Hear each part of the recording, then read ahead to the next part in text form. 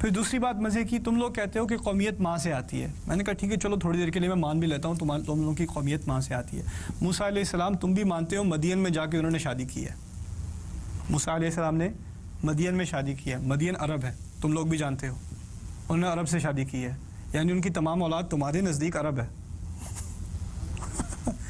اگر یہ ماننے کو تیار ہو کہ موسیٰ قومیت ماں سے آتی ہے تو پھر موسیٰ علیہ السلام کی تمام اولاد تمہارے یہاں عرب ہے. تو جن عربوں سے تم لڑے ہو موسیٰ کی اولاد ہیں یار، کچھ رحم کر لیا کرو کبھی. you know. پھر خاموش. just smile. we ate the kosher pizza. that's it. you know. اچھا خیر واپس اس پہ آئیے تھوڑی دیر. قومیت کا اصل تعلق ماں سے ہے یا باپ سے؟ باپ سے ہے. موسیٰ علیہ السلام کے والد صاحب بنی اسرائیل سے ہیں، اس کا مطلب ان کی قومیت بنی اسرائیل. تو وہ بنی اسرائیل کو خطاب کرتے ہیں اور کہتے ہیں اے میری قوم مجھے کیوں تکلیف دے رہے ہو. انہوں نے ان کو اپنی قوم اس لیے کہا کہ ان کی اپنی نسلیت ادھر سے ہی ہے، باپ ادھر سے ہے. عیسیٰ علیہ السلام کے لیے ممکن نہیں کہنا کہ تم میری قوم ہو. کیوں نہیں ممکن؟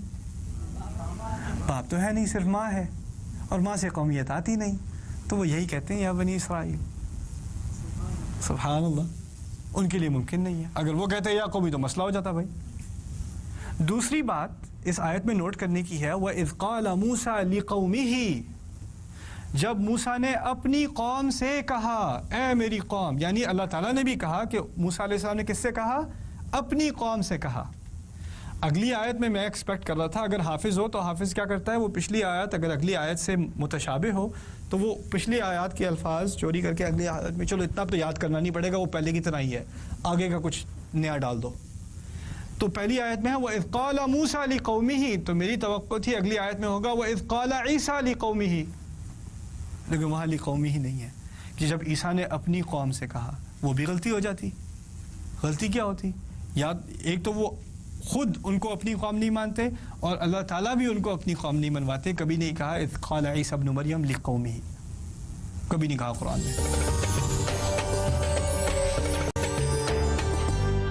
میں نے آپ کو کل کچھ سمجھایا تھا کہ قرآن جو ہے یہ کتابی شکل میں ہمارے پاس نہیں آیا، کتابی شکل میں لوح محفوظ میں ہے، ہمیں سنایا گیا ہے قرآن. اور رسول صلی اللہ علیہ وسلم کے ذہن میں اور ان کے دل میں علی قلبک لتکون من المؤمنین، سورۃ الشعراء کی آیات ہے نزل بہ الروح الامین علی قلبک. روح الامین یعنی جبریل علیہ السلام نے آپ کے دل پر قرآن اتارا ہے. تو قرآن کی آیت کہاں جائے گی، کہاں فٹ آئے گی، یہ سب ان کے دل میں معاملہ ہو رہا ہے اور وہ سنا رہے ہیں. ٹھیک ہے نا. سورہ آل عمران میں عیسیٰ علیہ السلام کے بارے میں بڑی عجیب بات کی گئی ہے.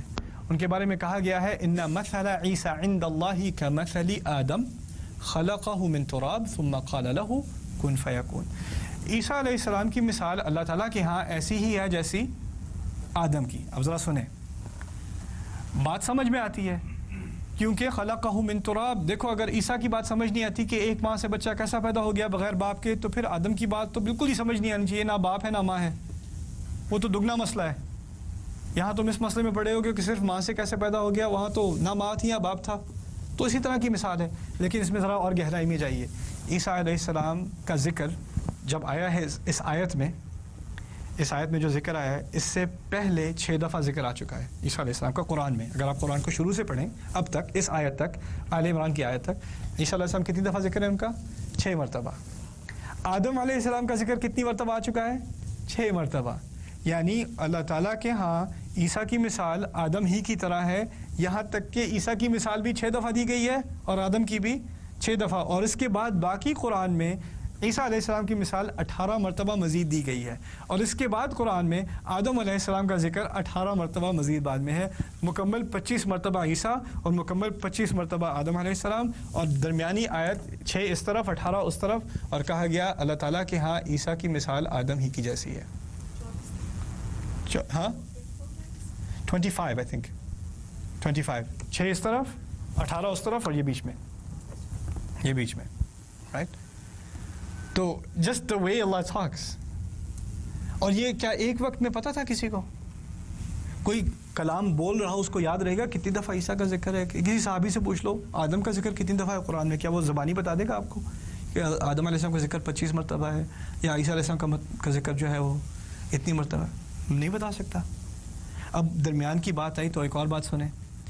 میں نے سورہ بقرہ کے بارے میں آپ کو کل بتایا تھا کہ وہ مدینہ کی پہلی صورتوں میں سے ہے اور اس کی کچھ آیات بالکل سیرت کے آخر میں نازل ہوئی ہیں، یعنی پورا مدنی دور سورہ بقرہ کا کچھ نہ کچھ حصہ آتا رہا ہے۔ اچھا، اب تمام سورت نازل ہونے کے بعد اس سورت کی کتنی آیات ہیں؟ 286، 286۔ میں نے ٹھیک کہا 286؟ Okay, very proud, my mom will be proud again. Okay, 286 آیات۔ اچھا، اس سورت کی ایک آیت ہے وَكَذَلِكَ جَعَلْنَاكُمْ أُمَّةً وَسَطًا، اور اسی طرح ہم نے تمہیں درمیانی امت بنایا، ہم نے تمہیں درمیانی امت بنایا۔ یہ سورہ بقرہ کی آیت ہے۔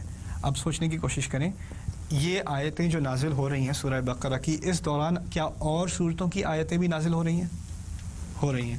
اور وہ اور مختلف صورتوں میں رسول صلی اللہ علیہ وسلم کو پتہ ہے کون سی آیت کون سی صورت میں جائے گی، انہیں معلوم ہے، وحی کے ذریعے ان کو معلوم ہے کون سی آیت کہاں جائے گی۔ اب پورا قرآن جمع ہو چکا اور قرآن نازل ہو چکا، اب صحابہ نے پورا قرآن یاد کر لیا۔ اگر آپ صحابی سے بھی جا کے پوچھیں، کسی حافظ سے جا کے پوچھیں صحابہ میں سے، آیت نمبر 50 کون سی ہے، آیت نمبر 60 کون سی ہے، ان کے ہاں آیت نمبر ہیں کہ نہیں ہے؟ ہاں، ان کا تو حفظ ہے، انہیں پتہ ہے آیت ختم کہاں ہوتی ہے، آیت شروع کہاں ہوتی ہے۔ یہ نمبر وغیرہ کا چکر تو بعد کی بات ہے، جب کتابی شکل میں قرآن پرنٹ ہونا شروع ہوا اور یہ ریفرنسز آنے شروع ہوئے، اس زمانے میں کوئی نہیں کہے گا سورہ نمبر 33 آیا نمبر 6، اس طرح کوئی بات نہیں کرے گا۔ وہ یاد نہیں سورہ احزاب کی آیت، اس طرح بات کریں گے وہ، سمجھ رہے نا۔ اب ہمیں پتہ ہے کہ بقرہ کی 286 آیات ہیں، اب ہمیں معلوم ہے ان 286 آیات میں ایک آیت ہے وَكَذَلِكَ جَعَلْنَاكُمْ أُمَّةً وَسَطًا، اسی طرح ہم نے تمہیں کیا بنایا؟ درمیانی امت۔ درمیان کی آیت ہے آیا نمبر 143، بالکل ہاف، اس میں کہا ہے ہم نے تمہیں درمیانی امت بنایا ہے۔ درمیان کا لفظ صرف درمیانی آیت میں استعمال ہوا ہے 286 آیات میں سے۔ سبحان اللہ، how in the world, how in the world. اور یہ بھی نہیں کہ کسی نے دعویٰ کیا دیکھو تو صحیح ہے، دیکھو کہاں درمیان میں آیا یہ بھی نہیں۔ اب سے کیونکہ درمیان کی اور بیلنس کی بات ہو رہی ہے، 2-3 منٹ رہ کے ایک اور آخری مثال آپ کو دے دوں الفاظ کی۔ اللہ تعالیٰ سورہ فکبر وربک فکبر وثیابک فطہر، ربک فکبر کے معنی اب صرف اپنے رب کی بڑائی بیان کرو، اور صرف اپنے رب کی بڑائی بیان کرو۔ آیت کا پہلا حرف ہے وا کو عربی میں تقریباً 19 فائدے ہیں، یعنی 19 وجہوں سے استعمال ہوتا ہے، ان میں سے ایک وجہ ہے اینڈ یا اور، جسے اردو میں کہتے ہیں اور۔ اس کے اور معنی بھی ہیں، واو الاستئناف بھی کہتے ہیں۔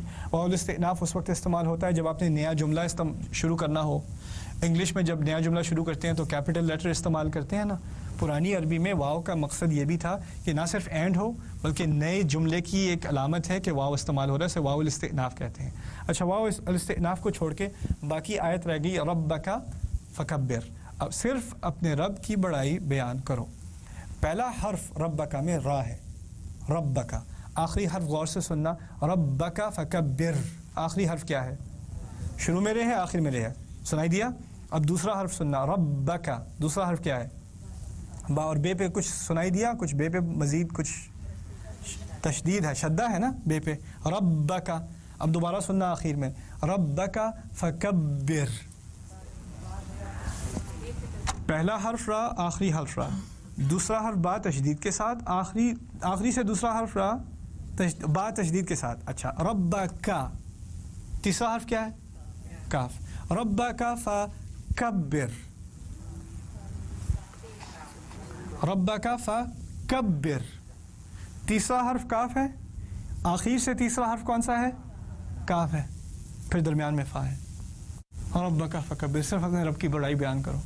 آپ مجھے یہ بتائیں کہ اگر کسی نے جملہ لکھنا ہو کسی بھی زبان میں جو شروع سے آخر تک بیلنس ہو، یعنی اس کا عکس ہو، یہی الفاظ پہلا حرف آخری حرف ایک ہو، دوسرا اور دوسرا سیکنڈ لاسٹ، تیسرا اور تھرڈ لاسٹ ایک ہو، اس طرح کا جملہ ہو، اگر آپ اس طرح کا جملہ بنا بھی سکیں تو لکھنا تو پڑے گا نا، لکھنا تو پڑے گا۔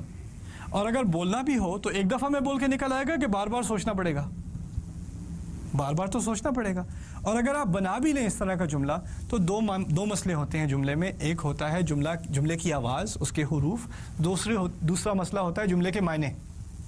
تو اگر آپ کا سارا زور سپیلنگ پر ہے تو کیا چیز کمپرومائز ہو گئی؟ معنی تو کمپرومائز ہو گیا، آپ معنی کنٹرول نہیں کر سکتے کیونکہ آپ کا سارا مسئلہ اب سپیلنگ ہو چکا ہے۔ قرآن کی خوبصورت آیت ہے صرف اپنے رب کی بڑائی بیان کر، اس کے معنی ہیں، اس کے معنی ہیں، اور معنی کے ساتھ ہی تقریب پورا بیلنس ہے. سبحان اللہ. اور یہ بھی کتنی دفعہ میں اس میں کوئی ایڈیٹوریل پروسیس ہے کہ ایک دفعہ کہا نہیں چھوڑو اس آیت کو ایسے کر دو, یہاں ڈال دو, پھر یہ بہتر نکلے گا, پھر بیلنس ہو جائے گا, اس طرح کا کوئی مسئلہ ہے؟